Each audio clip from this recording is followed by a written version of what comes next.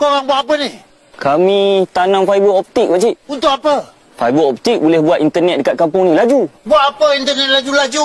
Pakcik, dengan internet yang laju, pakcik dapat kontak anak pakcik di KL dengan lebih mudah. Pakcik dapat mengeratkan hubungan silaturahim yang telah lama terputus. Aku tak ada anak. Pakcik, internet yang laju juga membolehkan pakcik berniaga online. Aku suka makan gaji. Pakcik mesti suka dengar ceramah dekat YouTube kan? Dengan internet yang laju, pakcik dapat dengar ceramah daripada ustaz-ustaz favourite pakcik. Aku suka ke masjid. Lagi real. Face to face.